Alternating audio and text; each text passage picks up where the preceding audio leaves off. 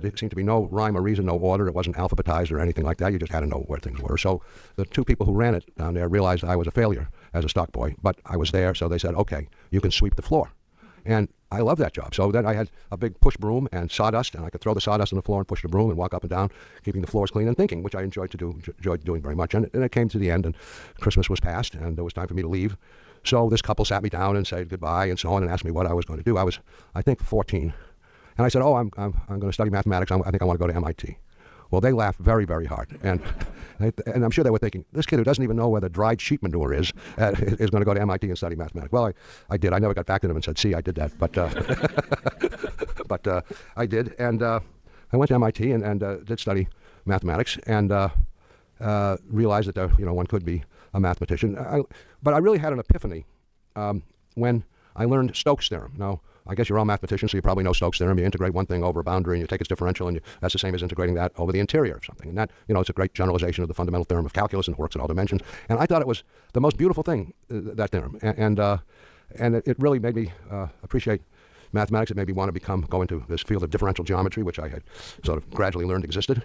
And what sealed the deal was a delicatessen called Jack and Marion's in Boston. It's not there anymore, I'm afraid, but it was quite a place, and it was open very late at night. And as an undergraduate, we used to go there and hang out and eat, maybe at 2 in the morning, because young kids can eat at all hours, as some of you perhaps remember. But frequently, Is Singer and Warren Ambrose, I guess everyone's heard of Singer. Ambrose was an older fellow. He must have been 50. He seemed ancient to me, although he was a great teacher. They would show up there and work. They'd go over to some booth and drink coffee and do mathematics. I thought, my God, what a great life. Here are these grown-ups, and they're doing this stuff. They didn't dress in suits. They just had, regular outdoor clothes. And said, what a life this is. It's 2 in the morning, over sandwiches, talking about math. So it was clear that was for me. I graduated MIT. I graduated early, but I stayed one more year at graduate school. But when I graduated, which was 1958, see, that's where the 58 came from. Where was David? He confused those dates. 58. I did something that was actually an example of having no common sense at all, but it turned out that there was some good luck involved.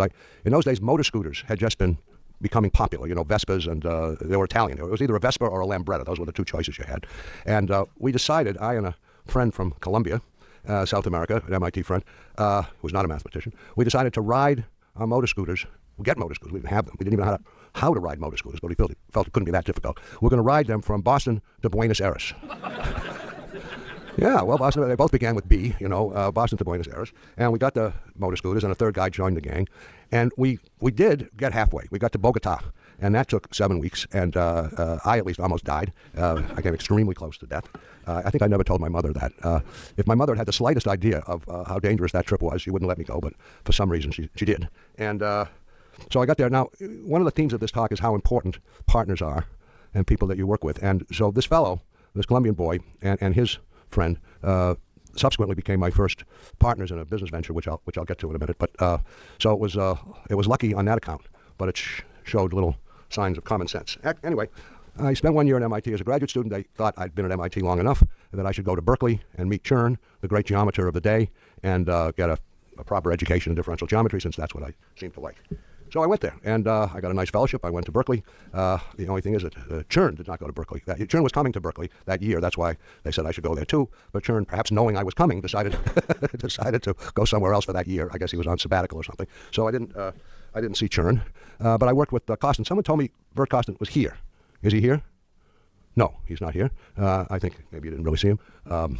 But anyway, I worked with a fellow named Bert Costin. But the first thing that I did when I got to Berkeley, or very early, was, I got married, actually. I got married within a month of getting there, and there was a wedding, and we even got wedding presents, and so which were cash. So we had some money, and I thought, well, it's just lying there. We should invest it. I didn't know anything at all about investing, but I knew that one could invest money. So I went to Merrill Lynch, and I was, now I was 21 years old, and said I wanted to open an account, and there were 2 stocks that I thought would be just terrific, and I wanted to buy these stocks. Well, he said, okay, and I bought the stocks, but I'm an impatient guy, and after a month, nothing happened. They didn't go down, they didn't go up, they didn't go anywhere, so I was bored with that thing. So I went back and said, isn't there something that's a little more lively and that I could, you have any ideas? Oh, yeah, he said, soybeans, you should buy soybeans. And I had heard of soybeans. I'd never eaten one myself. It turns out perhaps most people haven't ever eaten a soybean, but pigs eat them in great quantities, and cows and so on. But I said, well, what does that mean exactly? He said, well, you buy 5,000 bushels. That's a contract. It's a futures market. Our guys tell us soybeans are going through the roof. You'll make a lot of money. I said, okay. So I bought 2 contracts of soybeans, and they did. They went up. I was making money. They went down. I was losing money. I sold them both. I got nervous, and I bought one contract. Meanwhile, I was going back and forth from